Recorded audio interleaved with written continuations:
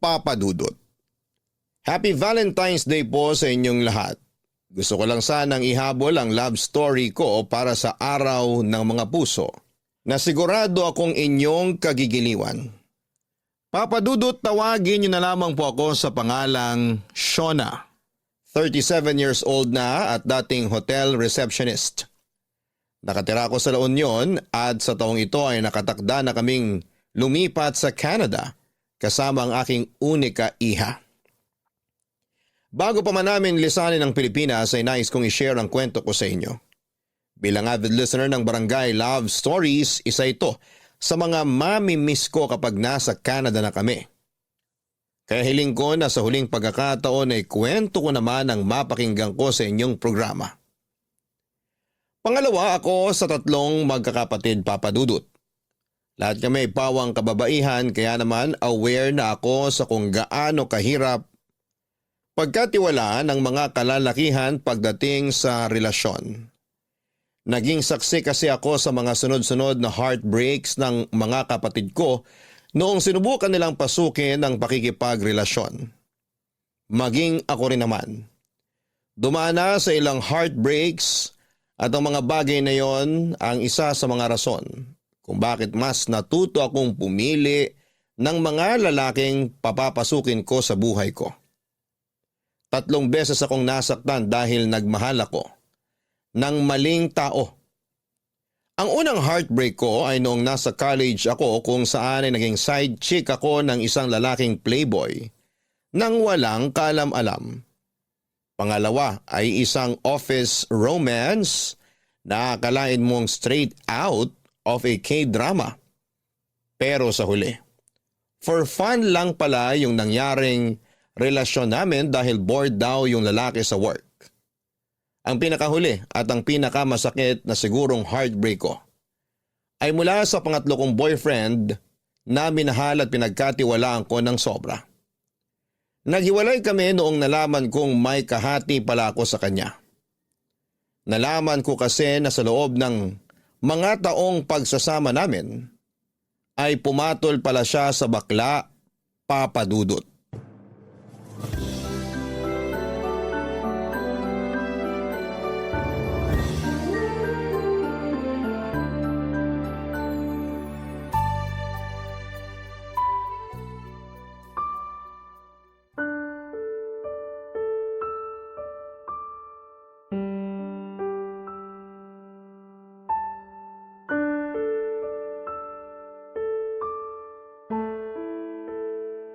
Shona, okay ka lang?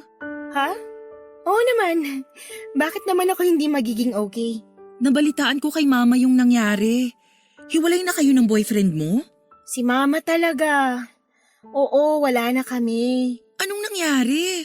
Bakit kayo naghiwalay? Mahabang kwento, wag yun ang alamin. Makikinig ako kahit abutin pa tayo ng ilang araw. Umusog ka dyan, tatabi ako. Sandali lang, hindi tayo kasya dito sa upuan. Kasya tayo. Alisin mo kasi ang throw pillow dyan. Ayan, see? Kasya. So go, magkwento ka na. Anong nangyari? Ayoko muna magkwento. Hindi pwede. Kailangan mong ilabas yung nararamdaman mo ngayon. Kung sosolohin mo lang yung nararamdaman mo, hindi mo kakayanin. Naku, maniwala ka sa akin. Sige na, ate mo ko. Kaya i-share mo sa akin yung pinapasan mong sakit. Gusto mo ba talaga makihati sa sakit o baka gusto mo lang makichismis? Siyempre kasama na yun. Joke lang. O sige na, ano ba kasing nangyari? Baka naman pwede pa nating maisalba yung relasyon ninyo. Hindi na pwedeng isalvage tong relasyon namin. Sirang-sira na yung tiwala ko sa kanya at kahit ano pang gawin niya, hindi na mabubuo ulit yung tiwalang yun. Bakit? Nagloko ba siya? May ibang babae ba siya? May iba na siya, pero hindi babae. O ano? Lalaki? May ibang lalaki yung boyfriend mo? Oo, may lalaki siya ate. Ano? Teka. Sinasabi mo bang bakla yung boyfriend mo? Oo nga, paulit-ulit. Siyempre, gusto ko lang i-confirm. Sure ka ba rito? Kasi baka naman nagkakamali ka lang. Hindi naman siya mukhang bakla eh. Nahuli ko siya mismo, caught in the act sa isang parlor. Nadatnan ko siyang nakababa yung shorts niya habang niluluhuran siya ng parlorista na... Oo, wag mo na i-detalye. Gets ko na. My gosh! Shona, totoo? Saklap, no? Never pumasok sa isip ko na magagawa yun ng boyfriend mo. Pero sandali lang. Ano namang ginagawa mo sa parlor na yun? Tambayan kasi nila yung parlor na yun kasi malapit yun sa workplace niya. Gusto ko sana siyang i-treat ng dinner bago siya pumasok sa trabaho kaya pinuntahan ko siya sa bahay nila. Ang sabi sa akin ng nanay niya, lumabas na raw siya para mag-work. Eh di, pinuntahan ko siya sa work niya. Pagdating ko doon, hindi pa raw siya dumarating, sabi ng manager. Nabanggit ng katrabaho niya na baka nakatambay siya sa parlor. Ayun, pinuntahan ko yung parlor na tinutukoy niya tapos doon ko na nakita yung kahalayang ginagawa nila. So anong ginawa mo nung nakita mo sila? Siyempre nandiri ako kaya umalis ako agad. Hinabol niya ako para mag-explain pero hindi ko na siya pinansin. Hindi mo siya binigyan ng chance para magpaliwanag? Anong paliwanag pa bang magsasalba sa kadugyot ang ginawa niya? Pero sana pinakinggan mo man lang kung bakit niya nagawa yun. Nag-message siya sa akin. Kailangan lang daw niya ng pera kaya siya kumapit sa bakla. Pinuntahan ko yung bakla sa parlor. Tinanong ko siya kung gaano na nila katagal ginagawa yun. 1 taon na raw. Grabe! Yak! Nakakadiri! Pero alam ba nung bakla na may girlfriend yung tinitikman niya? Oo, at yung bakla pa yung matapang ha. Hindi ako confrontational na tao. Hindi ako marunong makipag-away kaya ang ginawa ko, hinayaan ko na lang sila. Nakipaghiwalay na lang ako. Dapat lang! Hindi ko ine-expect ha na matindi pala yung pangangailangan ng boyfriend mo. Kailangan talagang kumapit sa bakla para magkapera. Hindi ko nga rin alam na may financial problem pala siya eh. To think, napakarelihiyosong tao pa naman ng pamilya niya. Iba rin pala yung sakit, no? Lalo na kapag nalaman mong bakla yung side chick. Parang, ano ako? Hindi ako sapat, ganun? Ay, hayaan mo na yung taong yon. Kung gusto niyang mamakla, di mamakla siya. Ang mahalaga, nakatakas ka na mula sa panluloko niya.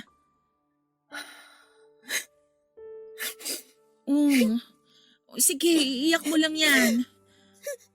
Ang hirap maloko. Parang wala lang sa kanya yung 5 years na pinagsamahan namin. Ganun lang kasimple yun para sa kanya. Gaya niyang sirain yung relasyon namin para lang sa pera. Kung mas mahalaga ang pera para sa kanya kesa sa'yo, hindi kanya deserve. Masakit pero ang mahalaga ngayon, wala nang taong nanluloko sa'yo. Mahirap tanggapin na natapos bigla yung 5 years ng pagsasama nyo. Pero it's for the better, maniwala ka.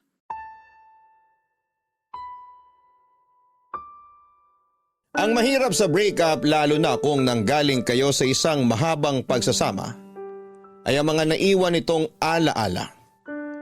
Hindi masakit na hiwalay na kayo, masakit dahil patuloy mong naaalala ang masasayang memories na pinagsamahan ninyong dalawa. Katulad na lamang nung huli kong ex.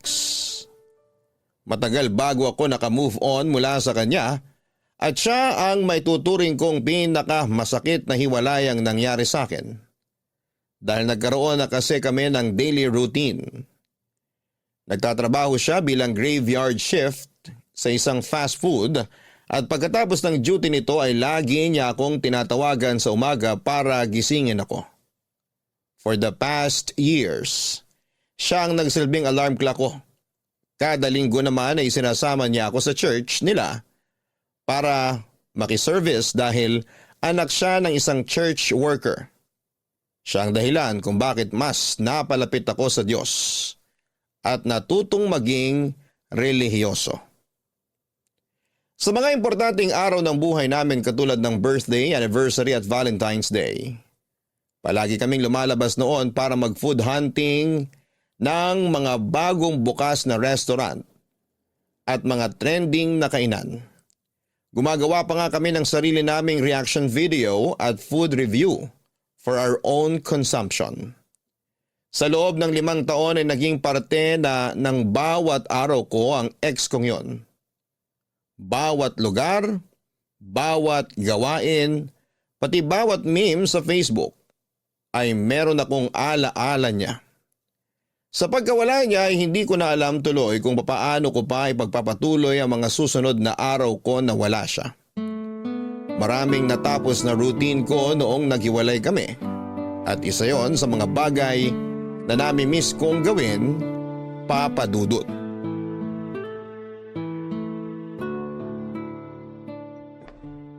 Ate, nandito ka ba sa kusina? Shona, sakto, halika rito. Bakit? Maupo ka, may ipapakita ako sa'yo. Ano naman to? Anong gagawin ko dyan sa magazine? Check mo sa page 15. May mga bagong sikat na hairstyle dyan na pwede mong pagpilian. Baka gusto mong magpagupit. Bakit naman ako magpapagupit? Siyempre, broken ka. O hindi ba kapag broken tayong mga babae, ang unang ginagawa natin para ipakita na naka-move on na tayo mula sa past relationship natin ay magpagupit? New hair, new me. Ganon. Uso pa ba yun? Para saan? For validation? Para lang masabing moved on na ako? Of course, ayaw mo ba? Salamat na lang pero happy and contented na ako sa buhok ko ngayon. Hindi ko babaguhin ang hairstyle ko para sa lalaki, no? Pati ba naman yun, lalaki pa rin ang magiging rason? Magpapagupit ako kung kailan ko gusto. Okay, chill. Suggestion lang naman eh. Pero kung ayaw mo magpagupit, may plan B naman ako. Ano naman yan? Ikaw talaga ate, dami mong pakulo. Supportive ate lang. O, diyan ka lang ha. Kukunin ko lang dito sa microwave yung niluluto ko.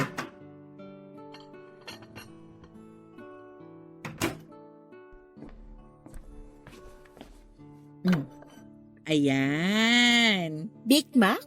Oo. Di ba comfort food mo yan? Nabasa ko online na nakakatulong sa pag-move on ang pagkain sa mga comfort food ng isang tao. Parang stress eating, ganon. Sa dami ng pwedeng pagkain ihain, Big Mac pa talaga? Oo, bakit? Ate, hindi mo alam ang kwento kung bakit naging baked mac ang comfort food ko. Bakit nga ba? Diyan kami nagkakilala ng ex ko. Nagunahan kami sa pagkuha nung natitirang baked mac sa isang convenience store nun. Doon na nag-start lahat. Ay, sorry. Hindi ko naman alam na may kwento pala yung Bake Mac na yan. Naku sayang, masarap pa naman to. Kasi pinatungan ko ng bechamel sauce tsaka niluto sa oven. Sige na, amin na. Sayang naman yung effort mo. Ayan, o sige. Pagsaluhan natin to. Palitan natin yung memory mo sa Bake Mac. Simula ngayon, kapag Bake Mac na ang pinag-uusapan, itong araw na to ang maaalala mo. Salamat. Ate, may tanong ako sa'yo. Oh, ano yon? Paano ka nakalimot mula sa heartbreak mo nun? Paano mo natanggap yung nangyari? Ako? Paano nga ba? Kung hirap sagutin yan kasi maski ako, hindi ko rin alam kung anong ginawa ko noon. Siguro, niyakap ko na lang yung sakit. Hinayaan kong masaktan ako. Hinayaan kong maramdaman ko yung sakit ng hiwalayan namin. Tapos, nasanay na lang ako sa sakit. Tayo naman kasi parang may sariling immune system din yung emotions natin eh. The more na nararamdaman natin yung pain, the more na gumagawa ng paraan yung utak natin para ma-immune tayo sa sakit. So dapat hayaan ko na lang yung sakit na nararamdaman ko ngayon? Oo. Wala ka namang ibang choice. Wala namang pain reliever para sa mga ganyang klaseng sakit eh. Kung meron, edi sana wala nang takot ma-broken heart kapag nagkataon, 'di ba? Gaano katagal? Ilang araw ang kailangan kong danasin bago ako masanay sa sakit. Hanggang sa matanggap mo na ang totoo na wala na kayo, na hindi siya para sa'yo. Ang hirap. Madaling magpanggap na okay lang pero mahirap tanggapin na hindi pa ako okay. Alam mo kung ano ang isang bagay na natutunan ko sa pag-ibig base sa mga heartbreak ko? Ano? Na huwag habulin ang pag-ibig. Huwag mo tong hanapin. Kasi malaki ang magiging chance na sa maling tao ka mapupunta. Paano mo naman nasabi? Hindi naman natin alam kung tama o mali yung pipiliin natin eh. Sa huli na lang yun nalalaman. Kaya nga sabi ko huwag habulin. Hayaan mo lang siyang kusang dumating. Kasi ang pag-ibig, gagawa yan ng paraan para mahanap at mapunta ka sa tamang tao. Di ba nga ang bawat kandado may sari-sariling susi yan? Kung hindi ikaw ang makakapagbukas nun, ibig sabihin, hindi ikaw yung susi. Hindi ko gets. So ano, tutunga na lang ako dito hanggang sa dumating yung tamang tao para sa akin? Hindi naman. Ay basta ang hirap kasing i-explain. Sigurado naman ako na one of these days, maiintindihan mo rin yung ibig kong sabihin. Sa ngayon, focus ka na lang muna sa sarili mo. Wala naman ako ibang bibigyan pa ng focus kundi sarili ko lang eh. Oo nga naman. Oh, kumain na nga lang tayo. Mabuti pa nga. Ayaw mo talaga magpagupit? Ayoko, hindi mangyayari ang gusto mo. Okay, bahala ka. Hindi ko gets noon si ate sa mga advice na ibinibigay niya sa akin. Naniniwala kasi ako na ang pag-ibig ay dapat tinatrabaho. Hindi ito basta na lamang kakatok sa pinto mo para magpakilalang siya na ang forever mo. Tao mismo ang gagawa ng sarili nilang forever at hindi ito dapat nakaasa sa tadhana lang. Pero kahit na ganoon ay sinunod ko ang sinabi ng ate ko na huwag na munang maghabol sa pag-ibig. Kaya siguro ako napunta sa mga maling tao ay dahil pinipilit ko ang pag-ibig para sa taong hindi naman pala para sa akin. Hindi naglaon ay natutunan ko rin namang kalimutan ng ex kong yon. Nakagawa ko ng panibago kong mundo nang wala siya. Akala ko mahirap nung una pero kapag natanggap mo na ang katotohanan ng hindi dapat, iniiyak ka ng isang taong manloloko ay madali na lang kalimutan ang lahat. Ibinaon ko sa limot ang past experiences ko at iniwan ko sa utak ko ang mga aral na natutunan ko. Taon ang dumaan, naging strong and independent woman ako na hindi umaasa sa lalaki. Ako na mismo ang gumagawa noon ng sarili kong kaligayahan. Sinanay ko ang sarili kong maging single sa puntong hirap na noong makaporma ang mga lalaking gusto kong ligawan. Dahil sa mga sugat sa puso ko ay naging mapili ako. At hindi basta-basta tumatanggap ng mga lalaking hindi naman worth it ng mga oras ko. Hanggang sa isang araw, isang lalaki ang dumating sa buhay ko at ang puso ko na matagal nang namamahinga ay muling tumibok para sa isang tao. Luis ang pangalan ng lalaking muling nagpatibok ng aking puso, Papa Dudut. Kung sa mag-ina, may tinatawag na lukso ng dugo, sa akin naman ay parang lukso ng pag-ibig ang nangyari noong nakita ko si Luis, Papa Dudut. Una ko siyang nasilayan sa trabaho ko bilang receptionist sa isang hotel sa San Fernando, La Union. Noong mag-check-in siya doon kasama ang ilang kaibigan. Sa kanya unang nabaling ang tingin ko dahil sa kakaiba nitong tangkad na parang aabot ng mahigit 6 feet. Maputi din siya. Pinakamaputi sa kanilang magkakaibigan. May arm tattoo ito at kahit nakasuot ng cap ay kitang-kita ang chinito features nito sa mukha niya. Aminin ko na unang kita ko pa lamang sa kanya ay attracted na kaagad ako sa kanya pero hanggang attraction lamang yon, Papa Dudut. Never ako nag-assume o nagkaroon ng delusion na magiging close kaming dalawa. Katulad ng ibang guest, hahangaan ko lang sila pero agad ding makakalimutan kapag nag-check out na sila. 5 araw na nagstay ang grupo nila Luis sa La Union matapos silang magbakasyon dahil Holy Week noong time na yon. Sa ikalawang araw ng stay nila ay nagkaroon kami ng interaction ni Luis. Matapos itong mag-request ng housekeeping services sa kwarto nila. Pupunta raw sila sa Ilocos that time at gusto nilang pagkabalik nila ay malinis na ang kwarto nila. Ang unang impression ko kay Luis ay napaka-sweet nitong magsalita. May pagka-feminine gumalaw pero malakas pa rin ang appeal. Hindi ko alam kung bakit sobrang attracted ako sa kanya that time. Pagka-uwi ko sa bahay noong araw na yon ay agad ko siyang hinanap sa social media, Papa Dudut. Uy, Shona. Sino yan? Sino yung tinitingnan mo sa Facebook? Ang talas talaga ng mata mo. Nakita mo pa tong ginagawa ko ay nakapatay na nga yung ilaw. Mabilis tong mata ko, lalo na sa mga taong cute. At saka ang laki kaya ng screen ng laptop mo. So sino ba yan? Manliligaw mo? Hindi. Halika rito. Stalk natin profile niya. Sino nga? In fairness, ang pogi ha. Pogi, no? Guest namin sa hotel. Akala kong artista nung una eh. Hindi siya artista? Ang kinis ng mukha oh. Hindi. Sinearch ko yung pangalan niya online pero walang lumabas na kung ano tungkol sa kanya. Kung artista to, dapat marami ng post sa social media tungkol sa kanya. At paano mo naman nalaman ang pangalan niya? Hello! Hotel receptionist ako. Ako nag-check ng ID niya nung nag-check-in sila. Ay, kaloka ka! Hindi ba bawal yun? For personal consumption lang naman, hindi ko naman ipagkakalat yung info niya. Iba ka rin gumalaw, no? Na-add mo na ba siya? Hindi pa. Nahihiya ako eh. Uy, bakit naman? Add mo na, dali! Ayoko. Tingnan mo nga, mukhang burgis. Burgis? Oo. In short, anak mayaman. Tamo, branded ang mga damit. Tapos, kung saan-saan na nakapasyal. Masyado siyang mataas para sa akin. Kutis pa lang. Halata na yung langit lupa naming pagitan. Ia-add mo lang naman kung saan na nakarating yung pag-iisip mo. Paano mo naman nasabing burgis yan? Patingin nga. Tingnan mo to. Check mo kung saan siya kumakain. Hindi ba mahal tong steakhouse na to? Tingnan mo. Trip lang niyang kumain doon. Ay, oo nga. Sinilip ko one time yung menu nila dyan. Grabe, nalula ako sa sobrang mahal na mga pagkain. Isang subo mo, isang sahuran agad ang nawala. So sabihin mo ngayon hindi yan rich kid. Well, kung sa bagay, sa mukha pa lang, halata namang yayamanin tong lalaking to. Paanong itsura niya sa personal?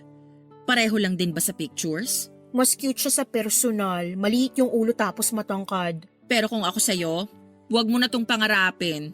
Parang malabo kayong magkaroon ng chance oh.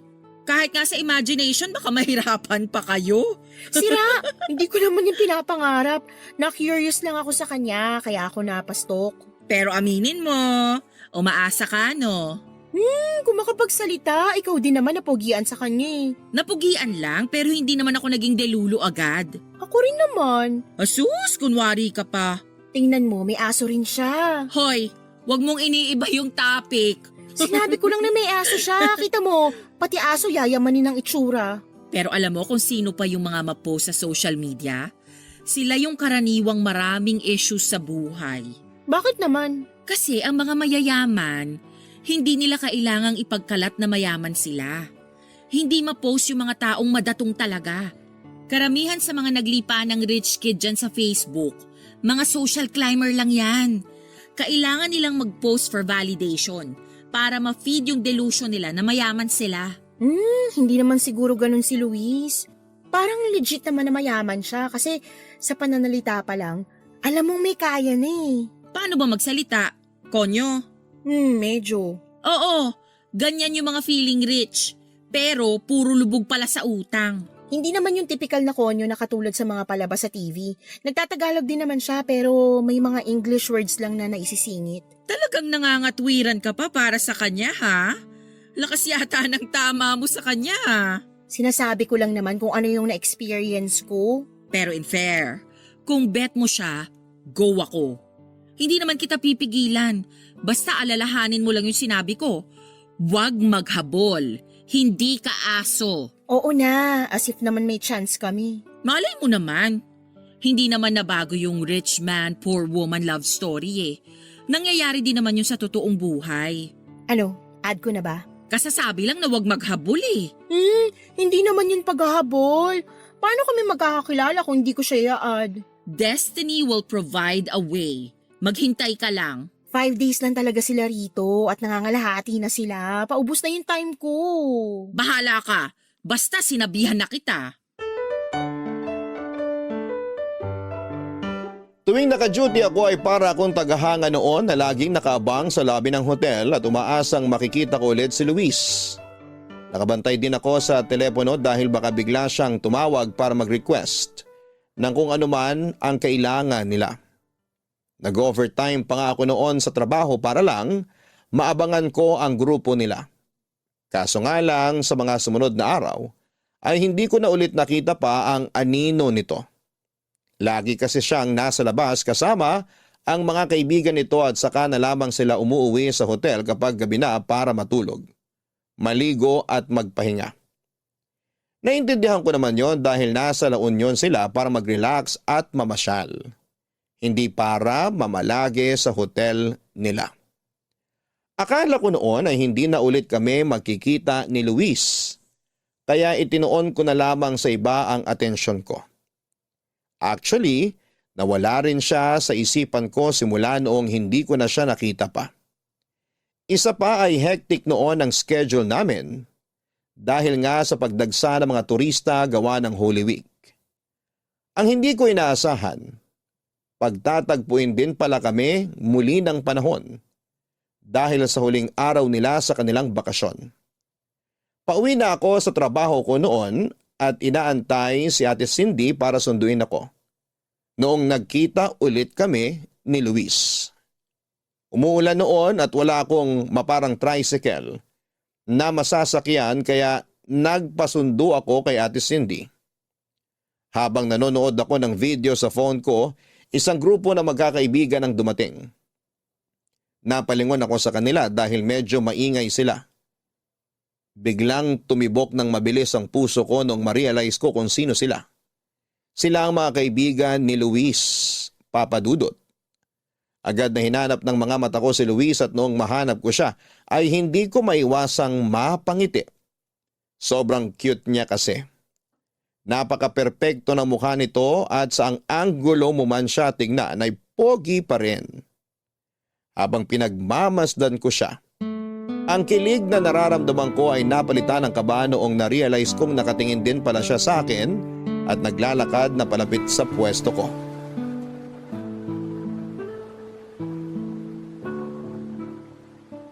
Miss, pwede ba mag-smoke dito? Ha? Yes, yes. Oh, pwede. Pwede ka mag-smoke dito. Thanks. Wait pala. Doon ka na lang po siguro sa gilid, sir. Baka mapagalitan tayo ng guard kapag nakita ka ni. Nandito kasi tayo sa may entrance. Okay, sorry. Pwede na ba ako dun banda? Dito na lang po kayo. May alam akong spot na tago. Okay. Sunod po kayo sa akin. Malayo ba? Hindi naman po. Dito lang po sa may gilid. Kahit dito na po, pwede na. May mga halaman naman dyan eh. Hindi ka na makikita. Wala ba kayong smoking area? Wala po eh. Minsan nga, dyan na lang sa gilid-gilid naninigarilyo yung iba. Naiwan po yata kayo ng mga kaibigan nyo. Pumasok na sila. It's alright. Nagpaalam naman ako sa kanila na mag-smoke lang ako saglit. Kailangan ko to kasi napagod ako sa pinuntahan namin eh. Mukhang marami po kayo napasyalan ngayon ah. Yes, nag-grape picking kami sa may Bewang? Hindi ko na maalala yung pangalan ng lugar. Sa Bawang. Opo, maraming grape farm doon. Sakto in season ng grapes ngayon. Yeah, kaso not my cup of tea. Kung ako yung masusunod, mas gusto ko mag-chill na lang sa tabi ng dagat. Ay, sana. Sa San Juan na lang kayo nagpunta. Pwede pa kayo mag-surfing doon. Yeah, dun yung unang pinuntahan namin nung first day namin dito. Kaso yung ibang friends ko gustong libutin tong buong La Union. No choice naman ako kasi iisa lang yung ride namin. Sa bagay. Mahirap nga rin namang magsulo, lalo na kung iba yung gustong gawin ng majority ng group. I know. Kaya nga mas gusto ko talaga mag-solo na lang kapag namamasyal ako. I can do whatever I want kapag mag-isa lang ako eh. Pero hindi ba malungkot kapag mag-isa ka lang na nagta-travel? Hindi naman. Kung nasanay ka na mapag-isa, hindi yun issue. Actually, mas na-enjoy ko nga yung travels ko kapag mag-isa lang ako. Walang inaantay, walang kahati sa decisions, etc. Pwede kong gawin lahat ng gusto kong gawin whenever I'm alone. May point nga naman. Pero ako kasi, masanay ako na may kasama ako, lalo na't bopols ako pagdating sa mga direksyon. May mga online maps naman. Sa panahon ngayon, mahirap nang maligaw. Tsaka kapag traveler ka, madali lang maghanap ng lugar kapag marunong ka makipag-usap sa locals. Ayun yung problema. May social anxiety ako minsan eh. Talaga? How come naging hotel receptionist ka kung may social anxiety ka pala? Nasanay na lang din. Tsaka, hindi naman to yung original na buhay na gusto ko sana eh. Ito lang yung available na trabaho noon, kaya ito yung pinasok ko. Hindi nga related sa hotel industry yung course na tinapos ko eh. So you mean hindi ka nag-HRM or any hotel-related na course? Hindi. Computer science ang tinapos ko. Anong nangyari? Gaya ng sabi ko, ito yung available na trabaho. Tapos, nagtagal naman na ako, kaya tinuloy-tuloy ko na. I see. Sorry, yung ate ko tumatawag. Go ahead. Mauna na rin ako. Baka hinahanap na ako ng mga kasama ko. Okay, sige po. Bye! Bye. Hello, ate. Nasaan ka na? Kanina pa ako nag-aantay dito sa tapat ng hotel. Ate naman, wrong timing ka eh. Aba, ikaw tong nagpapasundo tapos ako pa yung wrong timing? Hindi, ganito kasi yun. Kausap ko si Luis ngayon lang. Luis? Yung pogi sa Facebook na ini-stalk mo? Oo, siya nga. Nagyosi siya tapos sinamahan ko siya. Nagtsikahan kami. Shala! Kirengking ka talaga. Uy, wala akong ginawa. Siya yung kusang lumapit, FYI. Talaga? O ano namang pinag-usapan nyo? Basta kwento ko sa'yo mamaya. Sandali lang, pupunta na ako dyan. Antayin mo ako. Dalian mo, gutom na ako.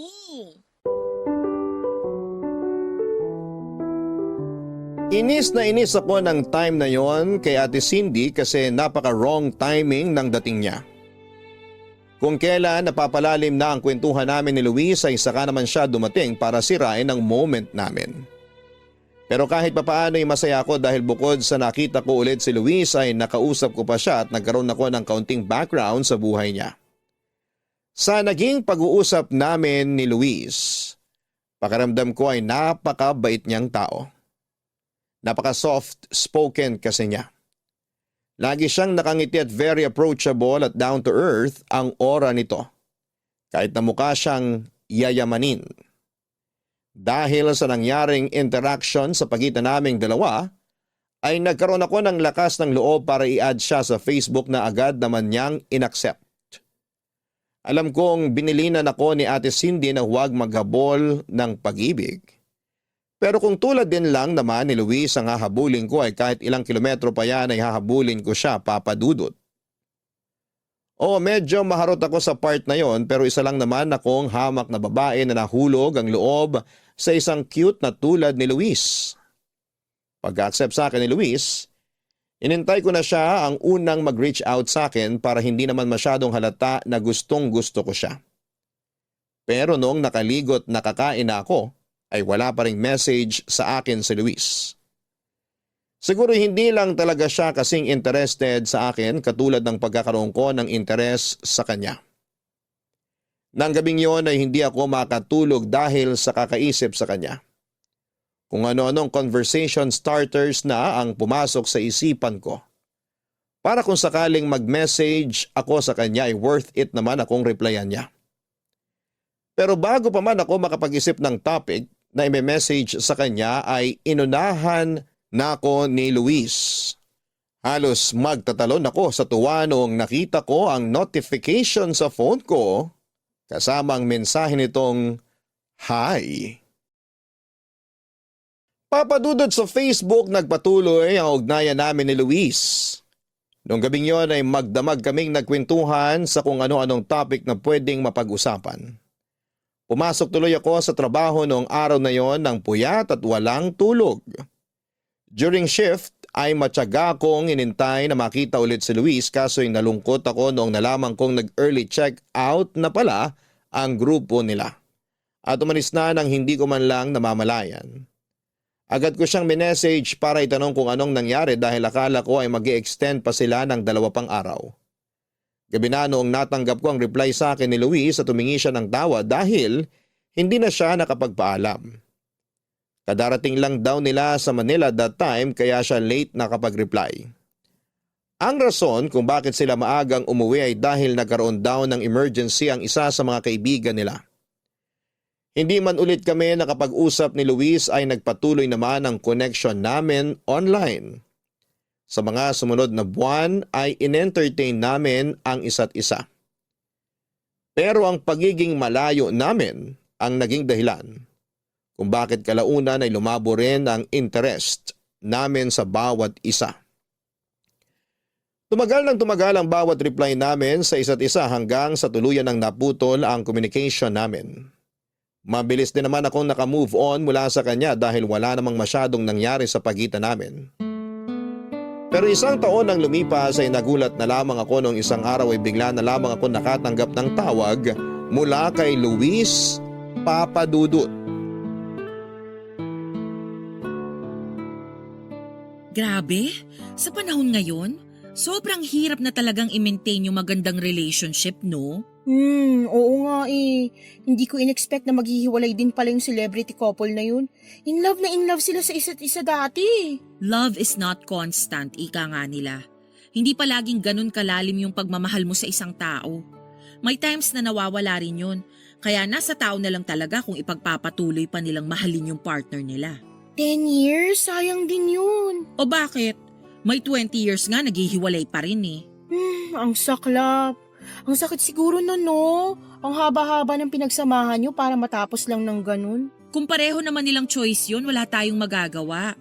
Siguro hindi na sila masaya sa isa't isa. Kaya the best choice na lang siguro maghiwalay. Sana hindi mangyari sa akin yung ganun. Hindi mangyayari yun sa'yo. Single ka naman eh. Siyempre, kapag nagkaroon na ako ng boyfriend or asawa, hindi ko rin naman gustong matulad sa kanila. Bakit, ikaw gusto mo ba? Di rin. Kaya dapat ikaw, kapag nakahanap ka ng lalaki, hindi yung mahal ka lang ngayon. Dapat siguraduhin mong mamahalin ka niya araw-araw. Saan ba makakahanap ng ganong lalaki?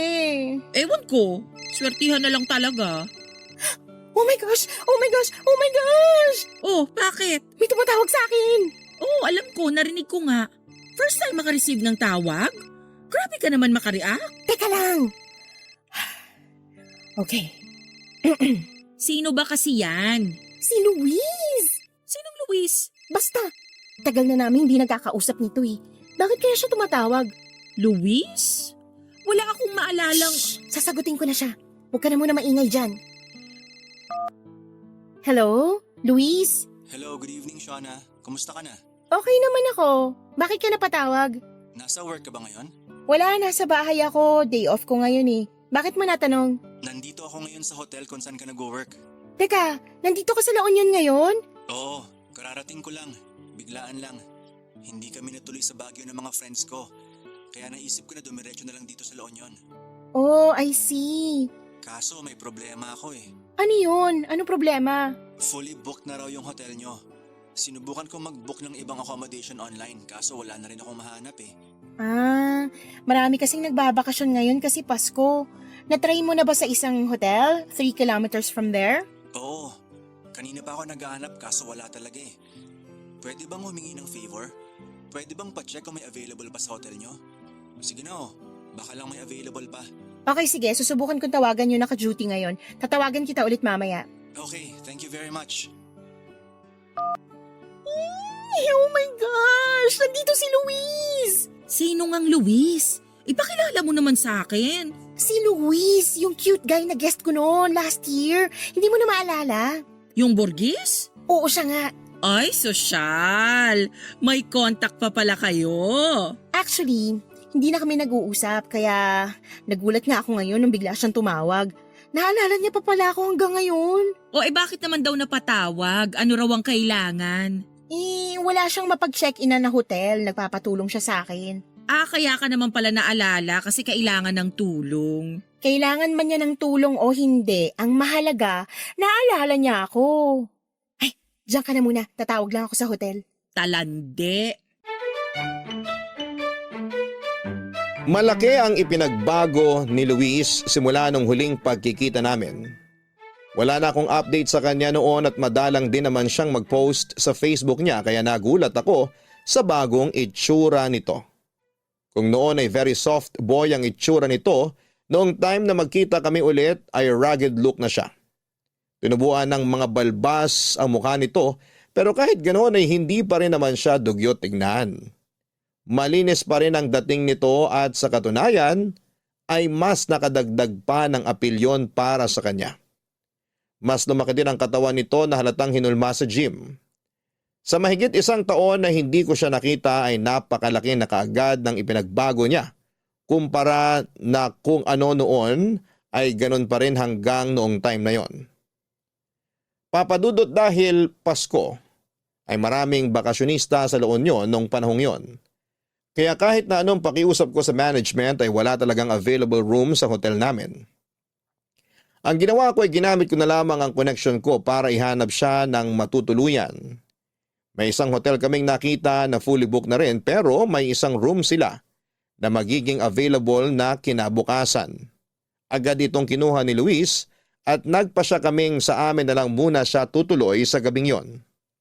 Gulat na gulat noon ng mga kapatid at magulang ko nang bigla na lamang akong nag-uwi ng lalaki sa bahay. Kung ano-ano ang iniisip nila kesyo buntis daw ako at kailangan ko nang magpakasal.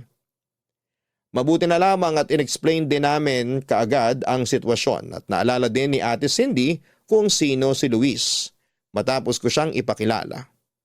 Nang gabing yon ay nagaya si Luis na kumain sa labas para pasalamatan ako sa ginawa kong pagtulong sa kanya. Pagkatapos namin kumain ay nagpunta kami sa tabing dagat para magpahangin.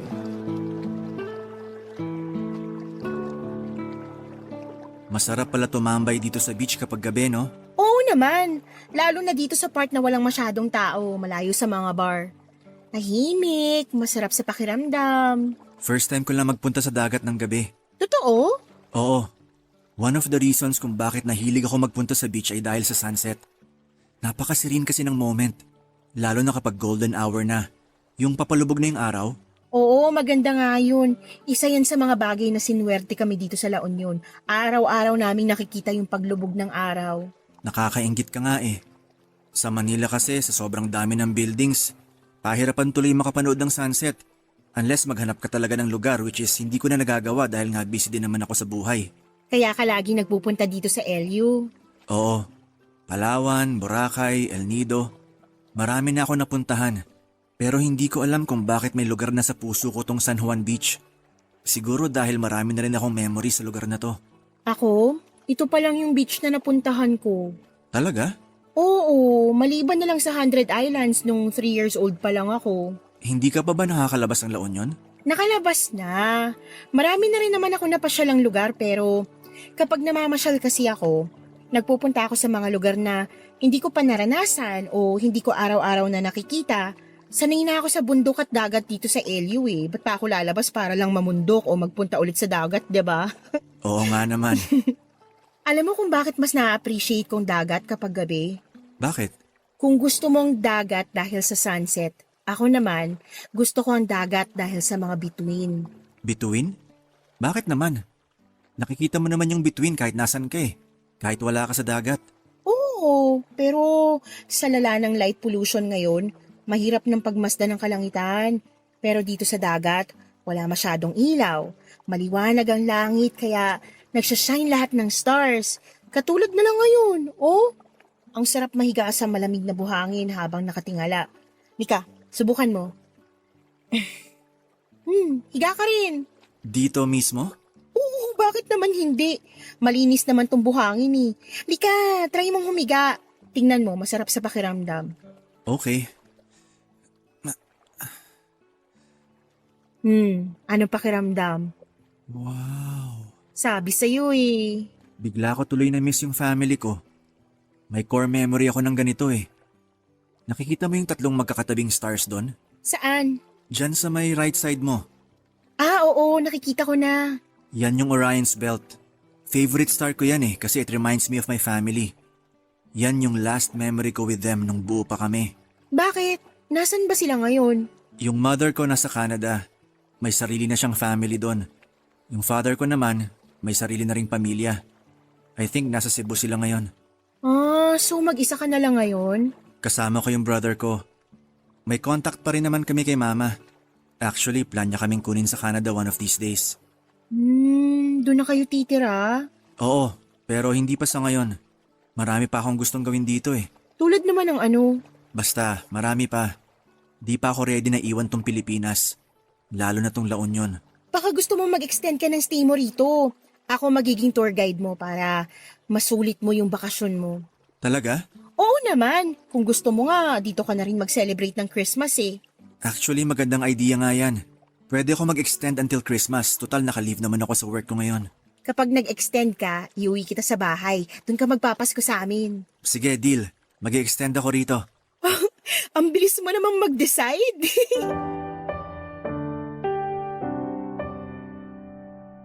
Ako ang nakasama ni Luis sa naging Christmas vacation nito. Nakipag-usap pa ako noon sa mga katrabaho ko para makipagpalitan ako ng schedule para lamang mapagbigyan ko si Luis at para na rin may pasyal ko siya sa buong La Union. Kung kinakailangang umabsent pa ako sa trabaho noon ay gagawin ko. Maganda naman po ang record ko sa work kaya sigurado kung hindi yon problema para sa management. Papadudot isa yon sa mga Paskong hindi ko makakalimutan. Iba rin pala kasi sa feeling na i-celebrate ang diwa ng Pasko kasama ang isang estranghero. Sa pamamagitan noon ay nakapag-open up ako kay Luis without judgment. Nakakapagsabi ako ng opinyon ko nang hindi nabibigyan ng mali siya. Bukod doon ay nalibre pa ako ng pagkain at nakapamasyal.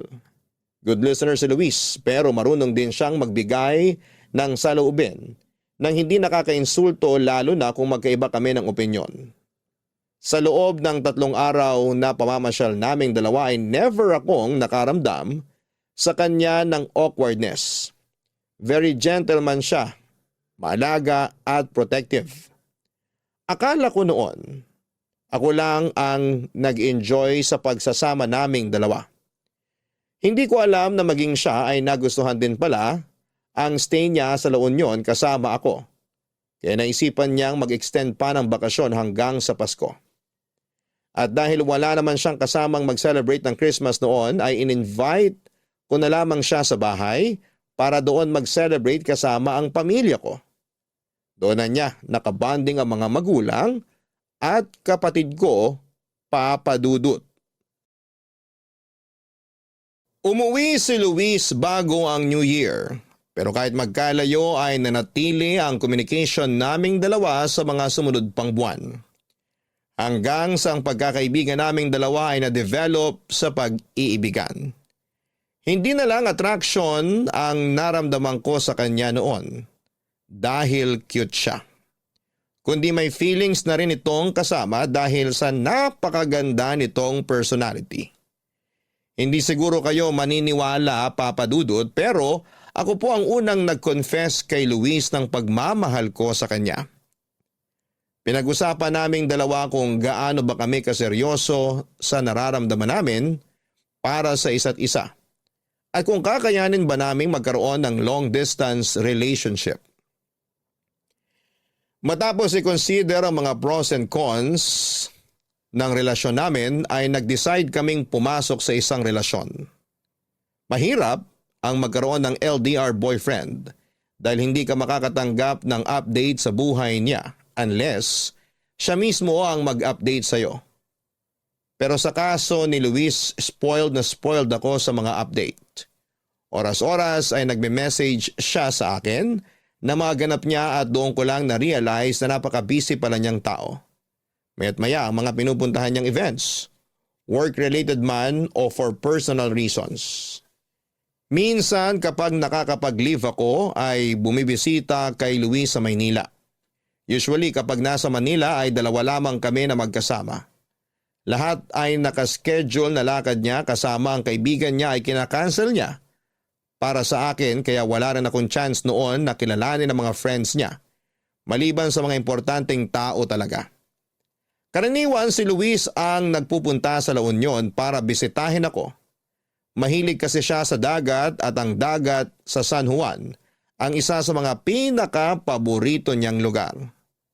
Maliban doon, may rason na raw siya para mag-LU palagi at ako raw yon. Tumagal ng 3 years ang relasyon namin bago dumating ang pinakamalalang pagsubok sa pagsasama namin, Papa Dudut.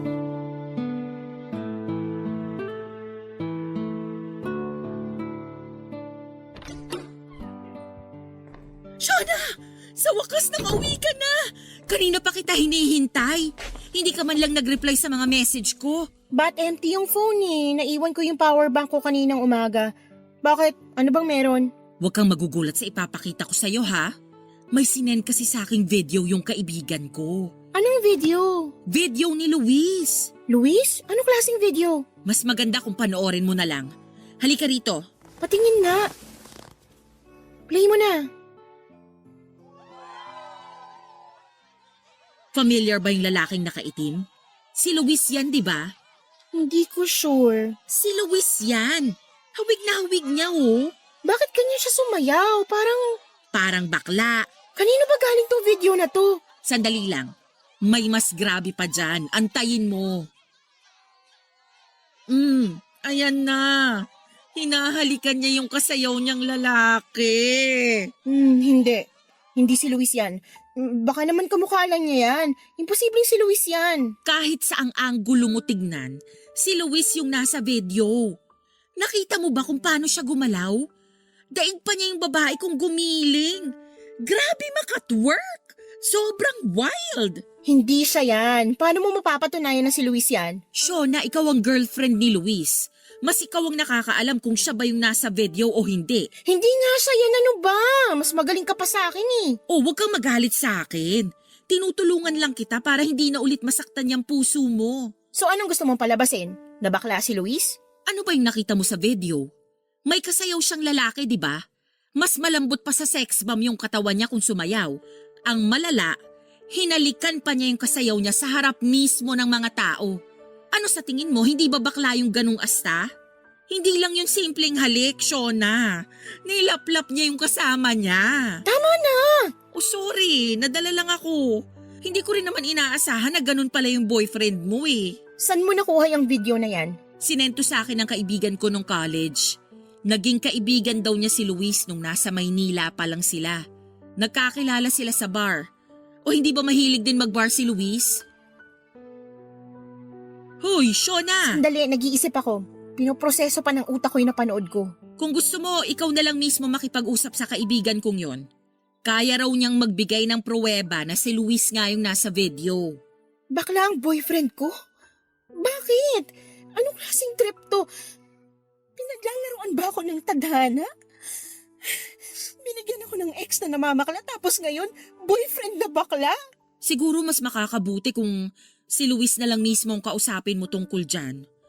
Mas maganda yung maliwanagan ka. Kung totoo mang bakla siya, bakit ngayon ko lang nalaman? Paano niya naitago yun sa akin? Eh hindi naman kasi ganun kadaling malaman ang sexualidad ng isang tao eh. Masyadong komplikadong bagay na yan. Kasi ang sexuality, hindi naman yan black and white lang. Kaya nga rainbow ang kulay nila, di ba? Kaya nga LGBTQIA+ ang tawag sa komunidad nila dahil maraming klase yan. At kung ano man si Luis sa mga letrang yan, yun ang dapat mong alamin. May mga bakla na halata, may mga bakla na hindi mo aakalaing bakla. Nasa kanya-kanyang gender expression nila yan. Pero kitang-kita sa video kung anong klase siyang bakla. Mas malandi pa siyang sumayaw kaysa sa akin eh. Ibig bang sabihin no, nagpapanggap lang siya sa loob ng mahigit 3 taon na pagsasama namin? Isang video lang yung napanood natin. Katulad nga ng sinabi ko, mas mabuting siya na lang ang kausapin mo mismo tungkol dyan. Tsaka para na rin sa... O teka, saan ka pupunta? Sa kwarto. Hindi nagpa-function ang utak ko ngayon. Gusto ko na lang muna mapag-isa. Nandito lang ako kung gusto mo nang makakausap.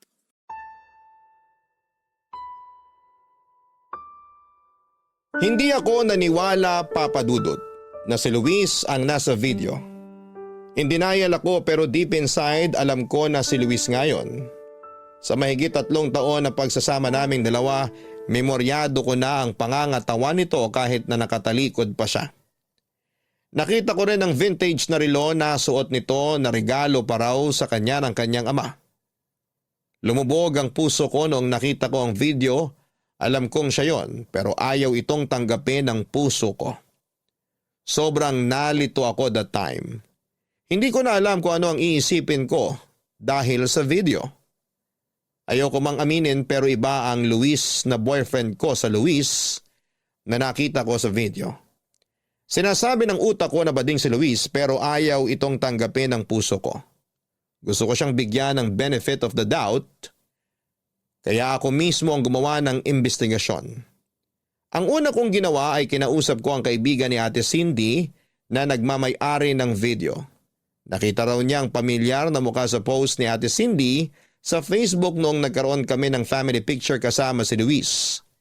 Tinanong niya kung sino yon at noong ipinakilala siya ni ate, ay na-realize nito na siya rin ang Luis na naging kaibigan niya noon sa Maynila. Dati raw nakatira sa Manila ang kaibigan niyang yon. Nakilala niya si Luis sa isang bar na catered para sa mga LGBTQ+ community. Nakabuo sila ng sariling circle of friends within the community. Para patunayan ang mga sinasabi nito ay nagpakita pa nga siya ng mga pictures nilang dalawa na magkasama. Pero ang sabi ng kaibigan ni Ate Cindy ay matagal na raw yung mga video at pictures na yon. 3 to 4 years ago na raw ang mga kuhang yon. At since then ay wala na siyang balita kay Luis dahil bumalik na siya sa La Union para doon tumira. Hindi ko ma-explain kung ano ang naramdaman ko ng mga time na yon matapos kong makumpirma ang lahat. Sobrang nag-overthink ako ng malala sa puntong wala na akong ibang ginawa kundi ang umiyak. Isinend ko kay Luis ang pictures at videos na galing sa kaibigan ni ate. Saka ko pinatay ang phone ko. Barangay Nang Love gabing yun Stories. ay nakatulog Barangay ako na Love basa Stories. ng luha ang unan ko.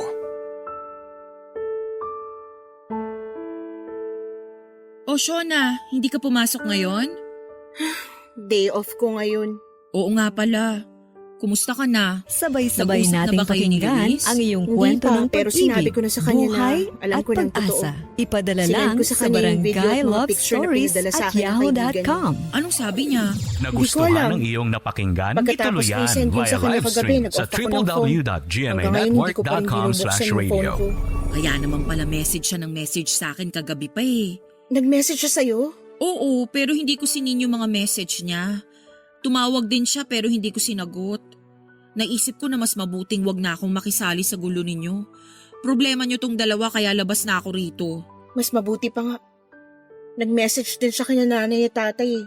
Sinabihan ko sila na may konting pagtatalo lang kami kaya wag na lang nilang pansinin yun. Hindi mo pa ba i-check kung ano yung paliwanag niya?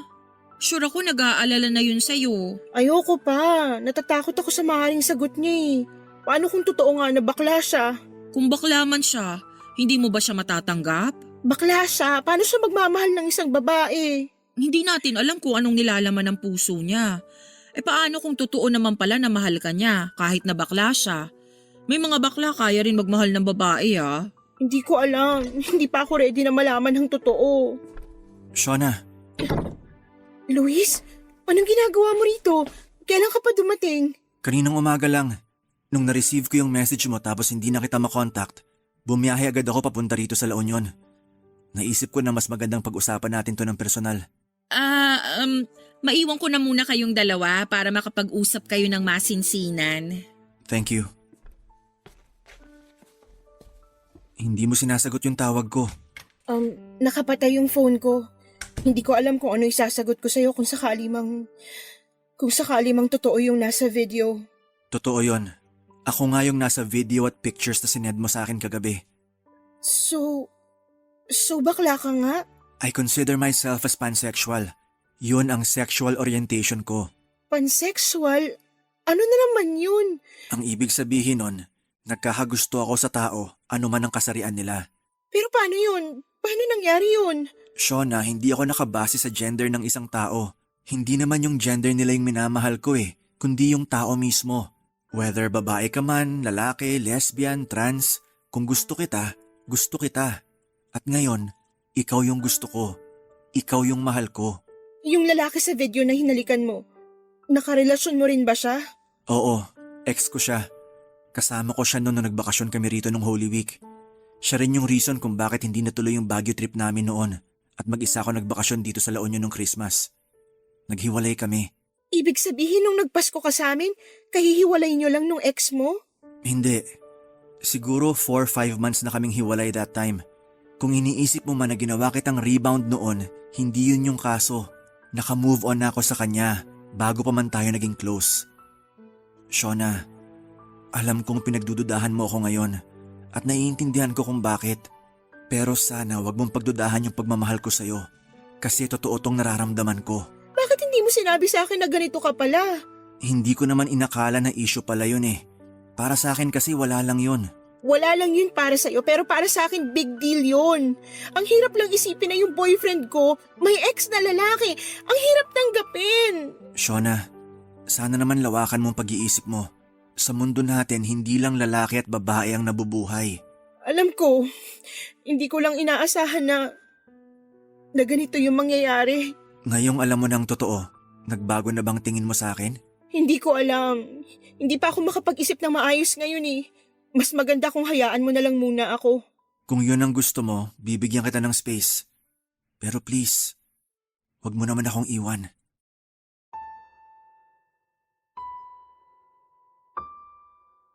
Bumalik sa Maynila si Luis nang hindi naaayos ang pagkakaintindihan naming dalawa. Hirap pa akong tanggapin noon ang katotohanan na bakla ang boyfriend ko. Gusto man niyang magstay pa noon sa La Union noon, ay kinakailangan niyang bumalik kaagad dahil sa trabaho niya. Ganon pa man, kahit galit ako sa kanya, ay hindi tumigil si Luis sa pagpapaliwanag ng side niya. Sinuyo niya ako ng sinuyo at mas lalo niyang pinatunayan sa akin sa mga sumunod na linggo ang pagmamahal niya para sa akin. Oo, Papa Dudut, galit ako sa kanya dahil itinago niya mula sa akin ang totoo, pero sa kabila ng galit kong yon, ay nanatili pa rin ang pagmamahal ko kay Luis. Hindi nagtagal ay unti-unti ko rin namang natanggap ang katotohanan. Bakla si Luis at mahal ko siya kahit na ganon man ang kasarian niya. Tanggap ko ito dahil ganon naman talaga ang pag-ibig. Hindi ito namimili ng itsura, estado, edad at kasarian. Ang importante ay pareho naming mahal at ginagalang ang isa't isa. Nagpatuloy ang relasyon naming dalawa ni Luis. Pagsapit ng 4th anniversary namin ay kinailangan na noon nilang mag-migrate sa Canada kasama ang kapatid nito. Bago siya umalis ay nagpakasal kaming dalawa at nangako siya sa akin na pagdating ng panahon ay kukunin din niya ako sa Canada. Papadudot, ibang LDR na pareho kayong nasa Pinas kesa sa LDR na nasa magkaiba kayong bansa. Mas mahirap ito kesa sa naunang pagsasama namin, pero kahit na ganoon, ay siniguro ni Luis na never magkakaroon ng puwang sa isipan ko ang pag-aalala at pag-overthink. Once every other year ay ginagawa ni Luis ang lahat para makauwi sa Pinas para bisitahin ako hanggang sa nagkaroon kami ng isang anak. Ngayong taong ito ay nakatakda na rin kaming umalis ng Pinas para tumira sa Canada kasama ang asawa ko, Papa Dudut. Ito ang kwento namin ni Luis. Sana'y napakilig namin ang inyong Valentines. Maraming salamat po, Papa Dudut, ang inyong forever kapuso at kabarangay. Shona. Mga kabarangay, tandaan na ang tunay na pagmamahal ay walang pinipiling kasarian. Maging bukas sana tayo sa pagkakaroon ng malayang pag-ibig at naway tanggapin natin ang lahat ng uri nito. Sapagkat sa huli, Dear Papa Dudut, sa mundong mapanghusga ay hindi na talaga maiiwasang pagtaasan ng kilay ng mga tao ang dalawang nagmamahalan na mayroong malaking age gap. Ganyan ang sinapit ko noong napamahal ako sa isang binatang 10 taon ang agwat mula sa akin. 35 years old na ako ngayon, samantalang 25 years old naman ang boyfriend ko. Tawagin na lamang akong Marie, samantalang Hari na lang ang itawag ninyo sa boyfriend ko. Isa po akong masahista sa Morato na mayroong madilim na nakaraan. Lumaki ako sa isang pamilyang walang magulang. Tanging ang lola ko lang ang nag-alaga sa aming magkakapatid noong kami musmos pa lamang. Aminado naman po ako noong kabataan ko ay talagang walang direksyon ang buhay ko. Dahil walang magulang na gumabay sa akin. Napunta ako sa mga maling tao. Nagkaroon ako ng mga kaibigang walang ibang ginawa kung hindi ang sirain ang buhay nila.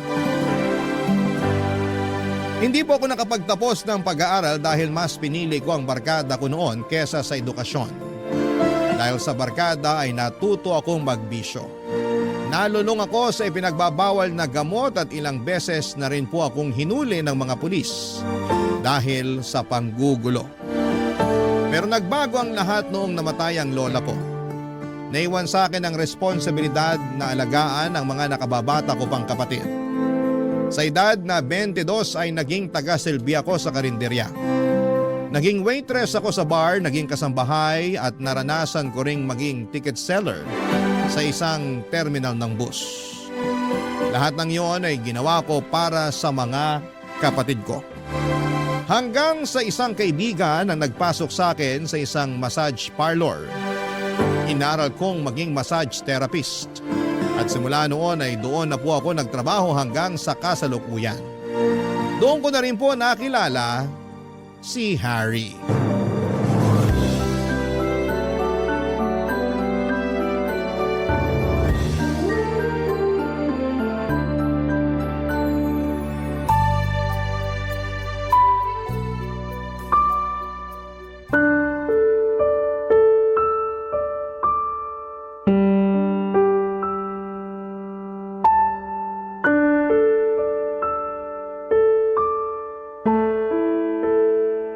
Sir? Sir? Hala, tulog na yata. Sir, tapos na po tayo. Tapos na ba? Opo, sir. 1 oras na ba yon? Opo, nakatulog kasi kayo kaya hindi nyo na namalayan yung oras. Sarap kasi ng hagod mo eh. Ano nang sunod? Sunod. Pwede na po kayo magbihis. Nandito po yung damit nyo. Ha? Magbibihis na? Hindi ba pagkatapos ng masahe may ginagawa pa? Ano pong ginagawa? Yung happy ending? Happy ending? Walang ganun dito. Ang bastos nyo naman. Ha? Sabi kasi ng kasama ko, sorry, akala ko kasi Hindi kami nag-extra service kung yun pong iniisip nyo. Magandang reputasyon ng spa namin. Extra service? Hindi, sorry. Nagkaroon lang siguro ng misunderstanding. Misunderstanding daw. Ang sabihin nyo, manyak kayo, manyak. Nagpunta kayo rito para magpamasahe, hindi para mangmanyak ng therapist. Hindi naman sa ganun. Ganito kasi yung nangyari. Sandali lang Mag-i-explain ako. Hindi ako manyak, okay? Nilibre lang ako ng kasama ko rito kasi birthday ko nung nakaraan. Ang sabi niya, may ganon. May parang happy ending daw kayo rito. Ay hindi, walang ganon. Makakaalis na po kayo. Ang sungit mo naman. Ako pa yung masungit ikaw tong manyak. Kahit hindi nyo na ako bigyan ng tip, basta umalis na kayo rito. Oo, eto na. Aalis na ako. Asan yung damit ko? Ayan, magbihis ka na para makaalis ka na rito. Salamat. Teka, aalis ka na? Oo, lalabas na ako. Baka kung ano pang gawin nyo sa akin dito. Sandali lang. Miss naman. Hindi ako ganong tao. Hindi ako manyakis. Kung ano man yung sinabi ko kanina, kalimutan mo na yon.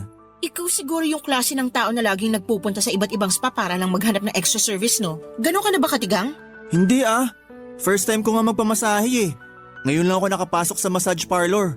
Paano mo nalaman yung tungkol sa extra service kung hindi mo pala ginagawa yun? Nasabi lang yun ng kaibigan ko.